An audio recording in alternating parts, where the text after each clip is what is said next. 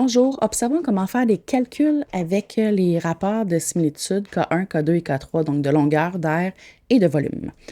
Donc ici, on a un résumé du tableau. Le rapport de similitude K, c'est la mesure de la longueur finale sur la longueur initiale.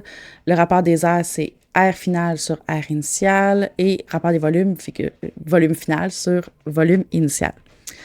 Les formules pour calculer les mesures. Donc, ici, la mesure de la longueur finale, je vais multiplier par la mesure de la longueur initiale. Donc, je pars de ma figure initiale fois mon rapport de similitude, ça va me donner ma figure finale.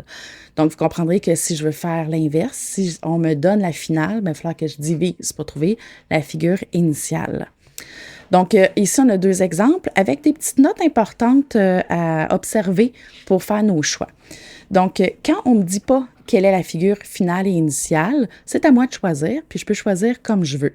Mais il y a des avantages des fois à choisir un ou l'autre. Donc, on peut choisir n'importe quel solide comme étant la figure finale, mais c'est souvent plus facile lorsqu'on prend la grosse divisée par la petite. Donc, on essaye. Ici, qu'est-ce qu'on me donne? On le voit bien? Oui. Donc, j'ai une grosse et une petite. J'ai l'aire de la grosse et l'aire de la petite. Et j'ai la hauteur seulement. Donc, je n'ai pas les dimensions de la base. Je ne sais même pas si c'est un prisme à base carrée ou rectangulaire. Et on me demande la hauteur de l'autre. Donc, je ne peux pas faire une mesure manquante pour trouver la mesure du côté. Je ne sais pas si c'est un prisme à base carrée ou pas. Donc, je vais utiliser ce que j'ai en commun. Donc, la seule chose que j'ai en commun dans les deux, c'est les airs. Donc, je vais utiliser le rapport des airs. Et avant de commencer à l'écrire, je vais trouver mon rapport des airs. Donc, K2, c'est toujours l'air de la finale sur l'air de l'initiale. Mais je vais choisir, moi, c'est qui l'initiale ou la finale. Donc, je vais essayer. Souvent, il y en a qui veulent prendre la deuxième divisée par la première. Puis là, je fais 264 divisé par 5346. Ça donne un rapport pas super. Si je prends la grosse par la petite, 5346 divisé par 264, 20,25, pardon. Donc, je vais choisir comme étant L la finale et L l'initiale. Donc, je vais faire 5346 divisé par 264, ce qui me donne 20,25.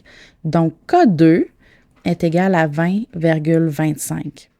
Sauf que moi, ma mesure manquante, c'est une longueur. Pour trouver une longueur à partir d'une autre, j'ai besoin du rapport de longueur. Donc, je vais devoir trouver mon K tout court. Donc, K, c'est la racine carrée de K2. Donc, c'est racine carrée de 20,25. Alors, si je fais racine de ma réponse, excusez, c'était déjà donné. Je vais faire racine de 20,25. Ça me donne 4,5. Donc, mon rapport de longueur est de 4,5.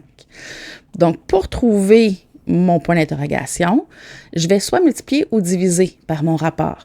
Mais si je pars de la grosse que j'ai qui est 36, puis que je vais arriver à la petite, est-ce que je vais faire fois 4,5? 4,5 grossit.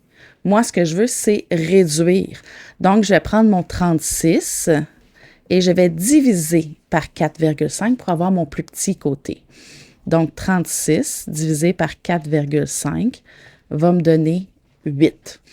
Donc, effectivement, c'est à peu près 4,5 fois plus petit. Donc, la mesure du côté, donc mon point d'interrogation, est égal à 8 cm. J'avais effectivement toutes les unités pareilles de départ. Donc, mon côté manquant est de 8 cm. Donc, je dois réfléchir à est-ce que mon rapport grossit ou réduit, puis moi, est-ce que je veux grossir ou réduire? Si je veux aller dans le même sens, je vais multiplier, puis si je veux faire le sens contraire, comme ici, ça grossissait et je voulais réduire, je vais diviser. On en essaye un autre. Note 2. Lorsqu'on calcule K1, K2 ou K3 et qu'on obtient un nombre à virgule qui n'est pas fini, ça vaut la peine, ça ne fonctionne pas tout le temps, mais ça vaut la peine de vérifier si le nombre est fini en faisant le choix contraire de la figure initiale et finale. Donc, sinon, on est obligé de le garder en fraction. Alors, je vais vérifier ici. On me donne plein d'informations. On me donne le volume des deux. on me donne l'air de un et je cherche l'air de l'autre. Donc, ce que j'ai en commun, c'est les volumes. Alors, ce que je suis capable de trouver ici, c'est K3. Avant d'aller l'écrire, donc, bien, je sais que je vais trouver K3 pour pouvoir faire le reste. C'est tout ce que je suis capable de trouver pour l'instant. Je vais essayer. Donc, on essaye le gros divisé par le petit. 708,588. C'est pas super. On va essayer à l'inverse. 708,588 divisé par 972. Ah! Donc, ça vaut la peine de vérifier dans les deux sens. Donc, avant même de l'écrire, lequel qu'on choisit, on le pitonne pour voir. Alors, j'ai choisi le 708 divisé par 900. Donc, pour trouver K3 toujours, parce que ce sont des volumes, bien, j'ai choisi 708,588 divisé par 972 et ça me donne 0,729. Ça, c'est mon K3. Je ne peux pas trouver les côtés de mes volumes, de mes solides, pardon, parce que j'ai rien. Puis on cherche l'air. Donc, si j'ai l'air de un, je peux trouver l'air de l'autre avec K2. Donc, mais j'ai K3. Alors, pour trouver K2, je vais commencer par trouver K tout seul. Alors, K va être égal à la racine cubique de K3. Donc, racine cubique de 0,729. Alors, racine cubique de 0,729. 0,9. Mon K, est-ce qu'il réduit ou rapetisse? Ici, il est en bas de 1, donc c'est dans ce sens-là que je vais aller. Mais je l'ai choisi, effectivement. J'avais dit que ça, c'était ma figure finale. Puis ça, c'était ma figure initiale, parce que j'avais choisi celui-là en haut. Par contre, moi, j'ai besoin du K2 pour les airs. Donc, K2, bien, K2, c'est K au carré, donc 0,9 au carré. 0,9 au carré me donne 0,81. Et finalement, je peux aller faire mon calcul de mon air qui me manque. Donc, pour trouver l'air qui me manque, je pars de la grosse pour aller à la petite. Est-ce que mon K rapetisse? Ben, moi, je veux rapetisser. Mon K rapetisse, donc je vais multiplier tout simplement 594 fois 0,9. Comme ça va dans le même sens, je multiplie. Ah, pas 0,9, excusez, 0,81.